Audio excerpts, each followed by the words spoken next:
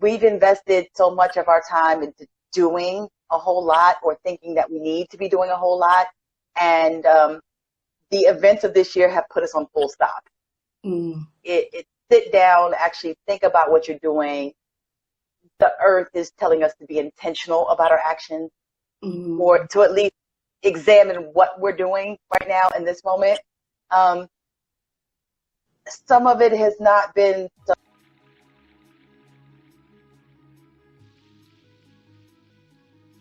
Welcome to Bliss Talk. Today's Tuesday, and I have a guest come to the show. She goes by Danielle Reed. She is a writer, poet, and genius. She actually calls herself a poet called genius. So tonight I want to talk about the affirmation of genius. And I want to talk about what are we learning? What is the earth trying to tell us right now during these times? And she has entered the building. Come on in. Request to join live.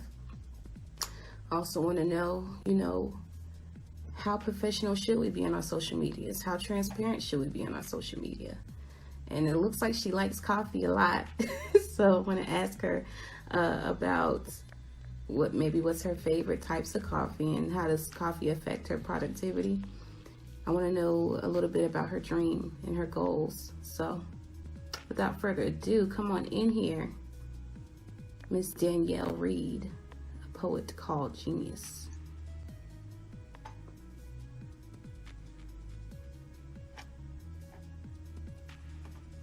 I don't see your request.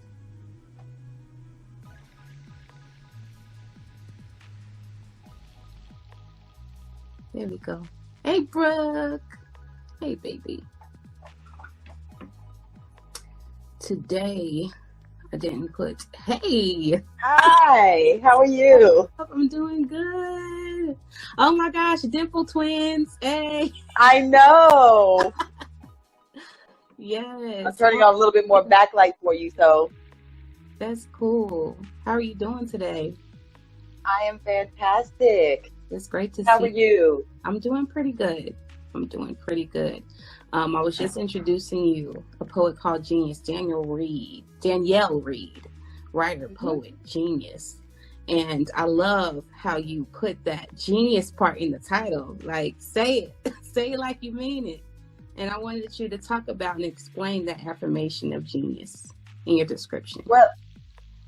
Well, so I'm a poet, and I went without a poetry name for the first few years. And I said something, I vaguely remember the line because I don't do the poem anymore. It's past retired. And basically the line said, I'm the girl genius and the mastermind. And for some reason it stuck. So I stuck with it, and I really, I am, I have a near genius level IQ, not quite there. Like, it's like, I think you have to have like 140, and I'm at like 138, 139 last time I checked. Exactly. So I'm like, last time that I checked. Hey. Yeah, I haven't done one of those things in like forever and 50,000 years, but it's not just a, hey, I'm really, really smart. It's, hey, what do we do with this going forward? Like, it's one thing to be smart. It's something else to spread the things that you know to other people. Right. So I've kind of stuck with it it just refuses to go away. But like I said, it's how I process and then spread the information. Right. It does no good if no one else knows what you know. To me, or what you don't know. You know what I mean? Right. To me, when you affirm that and you put it inside a description of yourself, it's a part of your tag, it's a part of your name. It's saying that you're very proud of your own knowledge, your own brain, the way that you think, your thinking process. It's just like, I'm here in your face. That part. I love that. My next question for you is, what is the earth or God trying to tell us right now during these times? What do you think this lesson is that we're supposed to be learning? There's a couple of different things going on, in my opinion. One, it took a lot of events to get us to a full stop. You know what I mean? Like, we've invested so much of our time into doing a whole lot or thinking that we need to be doing a whole lot. And the events of this year have put us on full stop. It sit down, actually think about what you're doing. The earth is telling us to be intentional about our actions, or to at least examine what we're doing right now in this moment. Some of it has not been so good. Some of us kind of already knew the lesson. Some of us really needed it. You know, I feel like with everything that's happening, it's really forcing us to examine what's important too. Yes. Yeah. Like what really matters right now. Because we're on go, like when the world wasn't, you know, stopped like this or halted like this, we were on go 24/7. We was always thinking about the next thing, not really sitting down and really thinking like, okay, I'm at such and such age. Say you're at like 50 years old. You got about 30 more summers left. What do you want to do with those summers? You know what I mean? So it's not even just that. It's what do you want to do at that time, but who are you spending that time with? Right. How are you with that person? It makes you examine your relationships to people, how you treat people, what you're doing with your time here, how you treat everything around you, not just the people around you, but just your relationship with everything. Like one of the things that popped up, if you saw a story about this, is like as soon as everybody went into quarantine, like greenhouse gases dropped like 50%. Yeah. You saw wild animals that had never been anywhere near us all of a sudden flourishing. We all thought they disappeared. It's like, no, they weren't there because we were.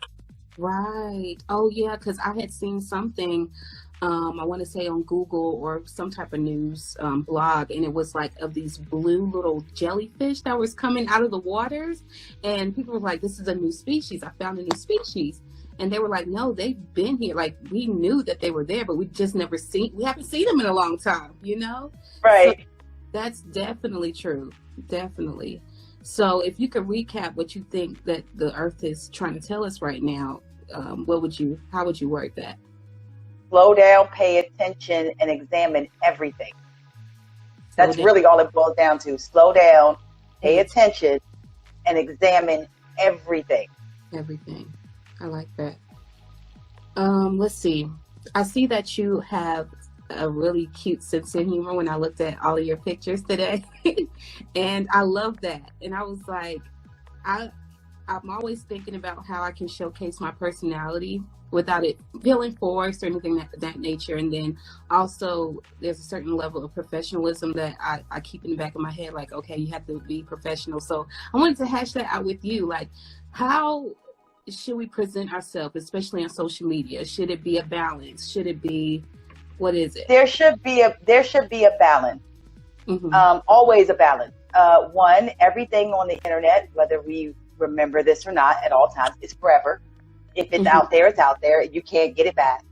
Right. It is a forever thing. So reputation still means a lot, whether we, again, remember that or not. Right. I work full time, and I'm a federal contractor, so I have to be careful on some level about what I put out there. Just because if I like for instance with my job, if I say something political, I have to be mindful of disclaimer that that's me and I'm not representing my job, you know. But on top of that, I mean, I'm pretty much what you see is what you get. So anything that I put online is you're getting me. You're not getting there's no filters, there's none of that. I also know how to, again, maneuver this so that you're getting the authentic me, but not everybody needs to know I'm ratchet, right? You know, on certain days of the week, you know, stuff like that. Just, yeah. Like if you know me well enough, you hang out, you realize I'm ratchet. I might be a little bit online, but it doesn't have to be full exposure. Like not everybody needs to know everything, every second, every minute of the day. I agree. I definitely agree with that. Do you think that you showcasing your personality has helped with your network and following in any way? To a certain extent, yes. Because the thing is, when I do post things, again, I'm intentional and I'm very mindful of what goes up. Right. So, here's this, opinion of what's happening at the moment. Agree with it or not. If you're sharing it, or if you come to my page because you're interested in what I'm saying, that's great. If you're coming because you want to be contentious, that's still great. Right. I love a good debate as long as, we're being respectful of what's happening. I can deal with a good debate, I can see maybe you learn something from me. Maybe I get something from you. Maybe I get perspective. Again, you're right. Exactly. Everything is intentional. Yes. Carmel, the poet, says do everything with intention. You know what? Intention has been a very often used word lately for me. When I'm talking to people that I love, I'm always talking about, how much being intentional has helped me, and I'm always encouraging them to be intentional when you're waking up in the morning and be intentional, I think we're so used to doing everything out of habit that, intention just kind of goes out the window. Right. And I think that, do you think that we know our own worth as far as like our thoughts, like how powerful our thoughts are when it comes to intention? Do you think? Not always. Okay. People don't always know.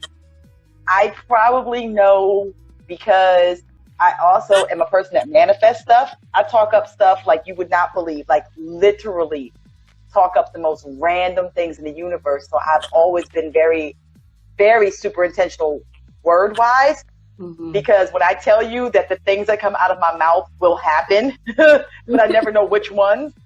Yeah. I have talked up wild animals. I have talked up songs. I have talked up events. Like I promise you, like it's the craziest thing ever. So I learned to sort of to do that on my own. Yeah. So intention's kind of been a part of my life for a while. As soon as I figured out that was the deal. But I don't know that everybody else realizes sort of how much power they have. Yeah. In that respect. I don't think that I have too many stories about talking up things. We're gonna go into that a little bit later on, but I want to circle back around with the intentional stuff too, because sometimes, we think maybe it's the thought process of thinking being intentional means that you're always, on the go, or you're always having to do something possibly. But also you have to set intentions to relax. Like, I'm not going to do anything today. And those are my intentions. I had to learn that. Because I promise you I was go for the longest time. I had to learn how to just be like, sit still. Yeah. Sit still. And it's okay to do that. Sit still. Right. Because if you don't set intentions to even relax, then you're not going to if you're a busy person and you're a workaholic, if you do not set that intention to relax, it's not going to happen. You can continue to let your phone go off with different meetings. You can continue to pick up like different like dates to, like if somebody calls you for a gig or something like that, you can say, oh yeah, I'll do it, even though you intended not to be doing none of that on those days, So that's a huge word, being intentional. I'm laughing because a friend of mine's in here and just noticed my hair's out. I never wear my hair out, like ever. I just happen to have unbraided it like about an hour ago, and I was like, yeah, so I don't feel like messing with it, and go. I love it. You know what? Before I got on here, I normally do my makeup and everything, but I was like, and go. We're going live right now. I want to read what Carmel, the poet, had written for us. We're having to learn the difference between doing with intentions and doing because we think it's required. I had to read that. Yeah. Yes. Yeah, that's absolutely true. Absolutely true. Let's see. Do you see the fabulousness of? Yes, I do. What's ever? Hey, Joanne. That's why they're laughing. That's why they're laughing at me, because like I said, I don't ever wear my hair out, so it's absolutely hysterical to me. It's so freaking cute. I want to thank everybody for being in here with us. I got Miss Danielle Reed with me, a poet called Genius. And we talked about her genius affirmation.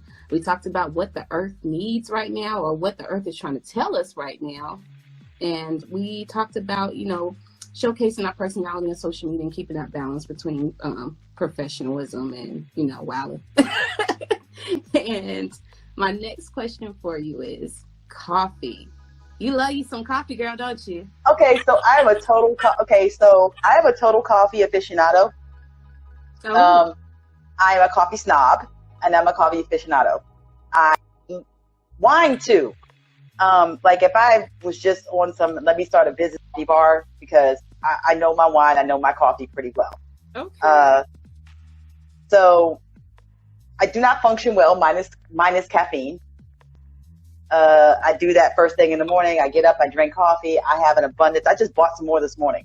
I have on my bucket list that I want to go to Seattle at some point and go to Starbucks Reserve. I've been to Seattle, but I've never been to Starbucks Reserve. I have so many questions because I used to drink coffee too, because it was really good for my metabolism, and it was okay because I was working at jobs where I was at restaurants standing up all day, so I can burn that caffeine off. But now if I grab a cup of coffee and just sit at my desk, I get so irritated and irritable, and I'm just like, why did I do that to myself? Do you ever get irritable? Find a half calf. If you're not moving around as much as you used to, find a half calf. Mm-hmm. I don't drink decaf because I feel like that's blasphemous. Like it defeats the point of me drinking coffee in the first place. So. But that's me. I don't drink decaf. I drink regular coffee, whatever. But if you find it kind of messes with you a little bit, drink a half calf. Okay. I like flavors, so I find my favorite is actually a pretty inexpensive one. Yeah. My favorite coffee is Green Mountain, but the specific seasonal ones that they have some of them are hard to find.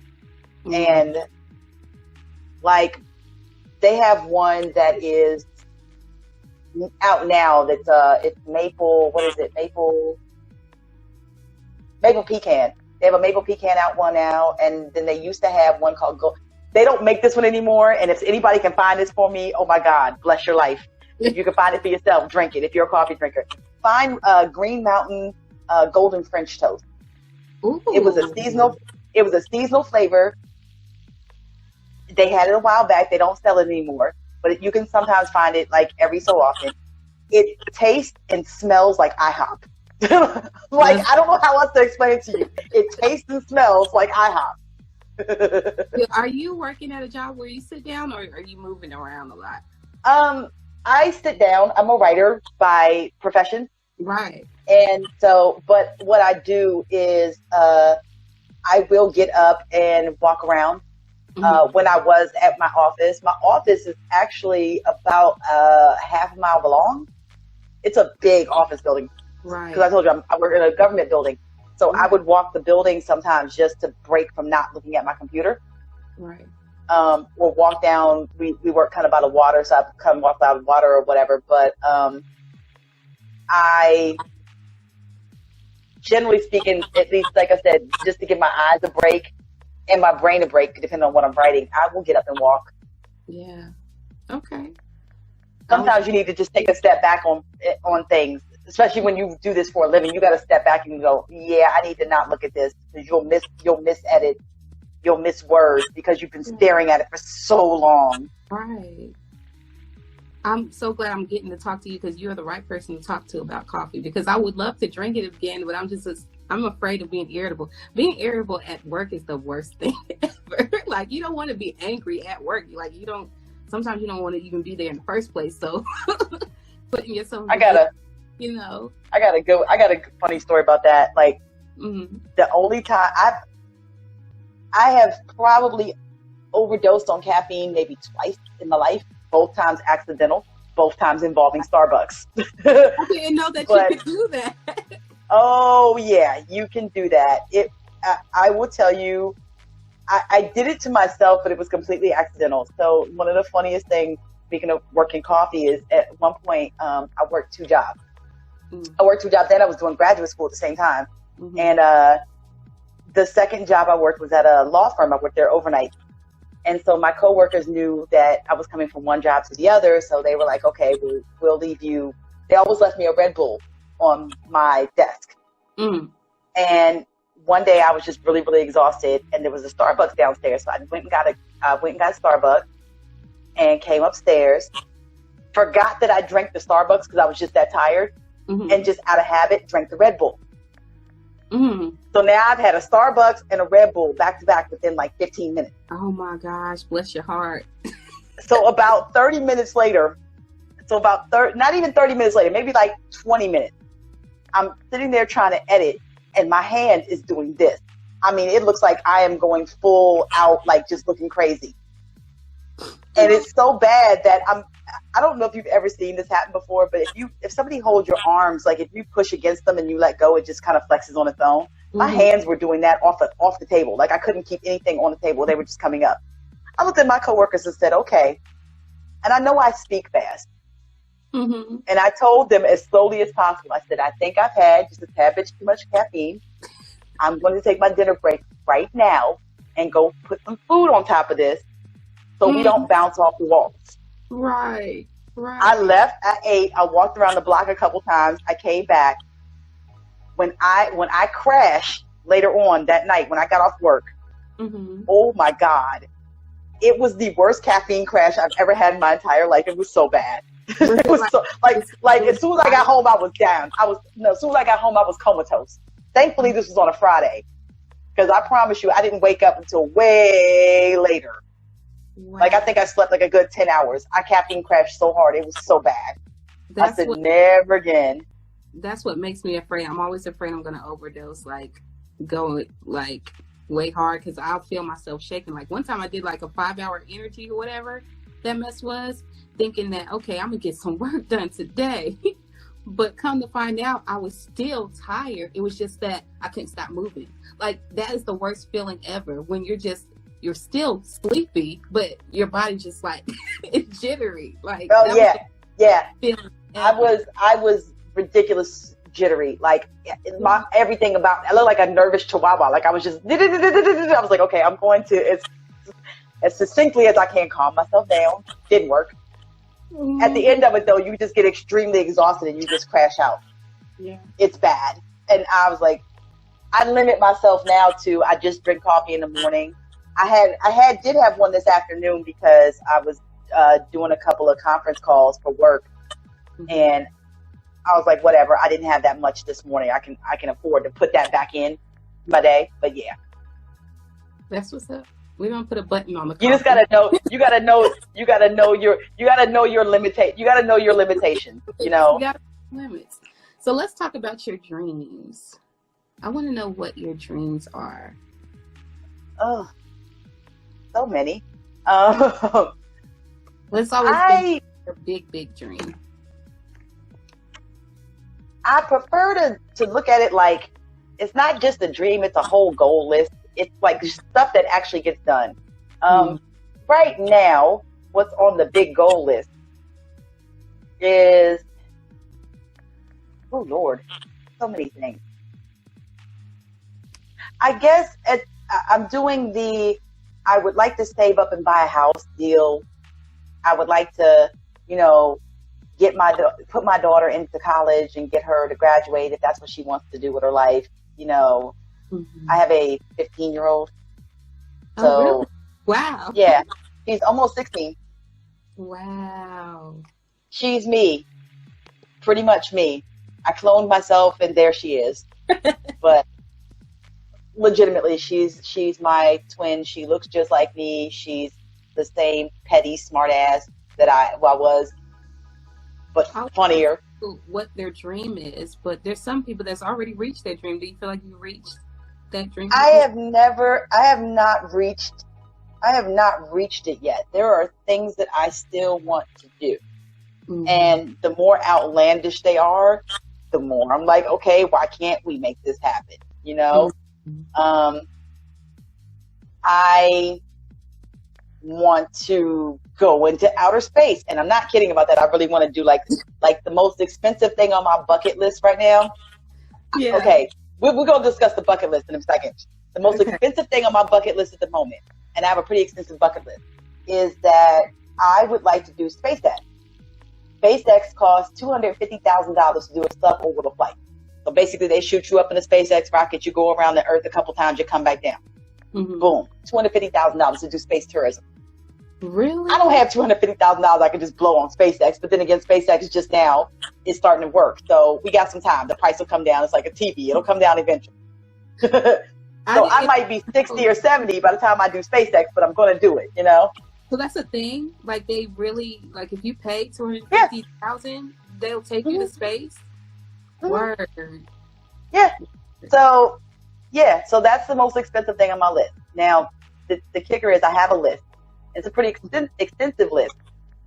And everybody, you know, people have lists. They're just like, yeah, we'll do this someday. Me, I make it a point to do at least 3 small things and 1 or 2 big things every year off my bucket list. Mm-hmm. Like, that is an intentional thing. I make it a point to do at least 3 small ones, 2 big ones. And so I pick what I think I can manageably do in a year. Of course, this year I can't do a lot of everything because we can't travel. There's a lot of travel on it. Some of it I can't do. So I changed it to some smaller things. I said, okay, well, 2020 is kind of throwing some curveballs at me. So let's just concentrate on the small ones, the things we can do. Right. And I actually have a separate IG page for just the stuff that I do that's on my bucket list. Like, and weirdly, opportunities fall in my lap. Mm-hmm. So I bring this up to say, you know, we were talking about dreams. There's things that are on there that, you know, who knows when I'm going to get a chance to do this stuff. Sometimes those things fall in my lap. So I focus a lot on finding those weird little opportunities. Mm. You know, it may not look like what I intended it to, but it's still there. So you might as well take advantage of the opportunity. So, you know, life is, if you learn nothing else from this year by itself, life is short. Time is short. You know, things and people are not going to be here forever. Make the most of the time that you have with the people who are here. The important part of the whole list to me isn't me doing the thing. It's the experience of doing the thing and who's with me sometimes, depending on what it is. I agree. It'll be interesting to know, how much do you think that you do, like, spontaneously, like you saw that opportunity, just like, I'm doing it. I'm not thinking about how much money it's going to cost. I'm not thinking about that. I'm not thinking about, you know, I think about it. I think about stuff like that. I think about how much stuff costs, but if I can afford to do the thing at that point, and it's not going to put a dent in something else.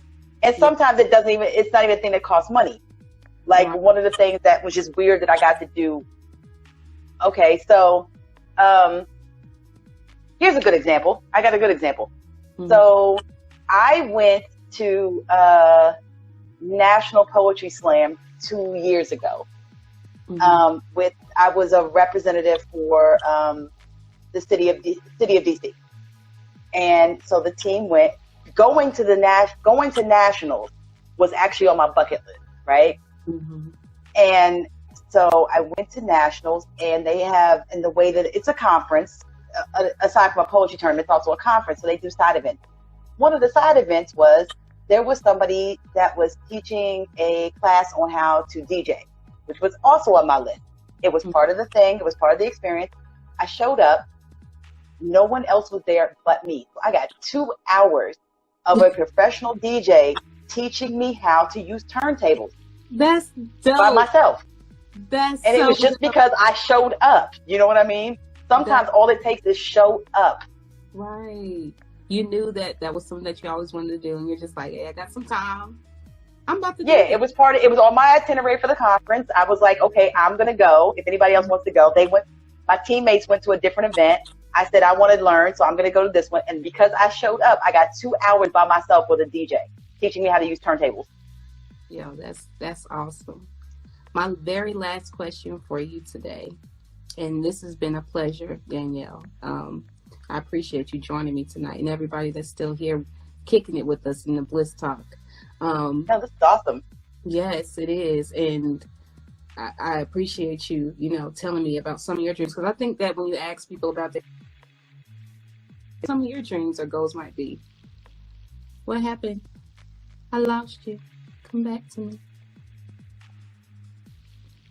She's coming right back. I'm not sure what happened. I don't know if I exited her out by accident or what. There she is. She's back. I'm back. But I was saying was sometimes when you ask people about their dreams, it gets you motivated and inspired to start thinking about some of your own dreams. And I appreciate you talking to me about, your bucket list. That's dope. What are your fears? We talked about your dreams, but what is like one fear? Real quick, because we got about 2 minutes to wrap up. I don't have many. One is just that I want to, and again, this goes back to the list. On my list is I want to make my daughter proud of me. And I'm afraid sometimes that I don't. So she does. She says that I do. And I believe her. But I want her to leave here knowing that I did. I want to leave here with her knowing that I did everything I was supposed to do for her on the back end. And being proud of my accomplishments. And being able to, talk to everybody that she knows and say, my mom was this person. That's a valid fear to have. Although it's not a fear, because I'm pretty sure that she's proud of you. You're a genius. Yeah, not. I try, but that doesn't mean you can impress a 15-year-old. You know what I mean? That's true. I want her to do better than me, put it that way. But I want her to have something to go, here's this lasting thing that she can take with her. At the end of the day, are you proud of what I've done? Or are you proud of what you've done? Yeah. Have I left the door open for you? Legacy, yes, definitely. And this has been a beautiful Bliss Talk. Like I said, Miss Danielle Reed, I really appreciate you coming in today, showing up right on time at 7 p.m. If you guys would like to see any other the inspiring conversations that I've had with so many of our community's leaders, go ahead and check out my IGTV. They're also posted on my Bliss Talk website, and that's blisstalkshow.life. Also, hit that subscribe button. If you guys don't have any money to support, hitting the subscribe button is free. So go ahead and do that. And before we get up out of here, I want you guys to at least ask Miss Danielle Reed one question before she leaves. And while you guys are typing that in, Danielle, would you mind giving us all your information so that we can support you in the future? I am on most things at A Poet Called Genius, definitely on IG at A Poet Called Genius. It's like a Tribe Called Quest. You got to write the whole damn thing. On Twitter, I am at Reed Writes. My last name is R-E-E-D. So it's REEDWRITES on Twitter. That is what I do for a living. I am good for prompts, writing advice, anything like that, writing related questions. That's literally what I do. I also teach classes, poetry and otherwise. So if there's anything like that anybody wants, I have stuff available. I have books. I also have art. You can't see much of it. What's behind me is not mine. Like, it's mine, but I didn't make this. But there's some of my stuff like over there. So you can see I have art and I have all kinds of things. And so I try to be as creative as possible. So I can see. But generally speaking, I'm also funny. So if you follow me, yay, I'm here, Yes, you are. I love your personality on social media. That's one of the things that stuck out to me. I do not see anybody asking any questions. So with that being said, thank you so much, guys. And thank you for having me. No, thank you for coming. I appreciate you and everybody that listened and tuned in today. Y'all have a great day and the rest of the week. Bye. On purpose. Bye.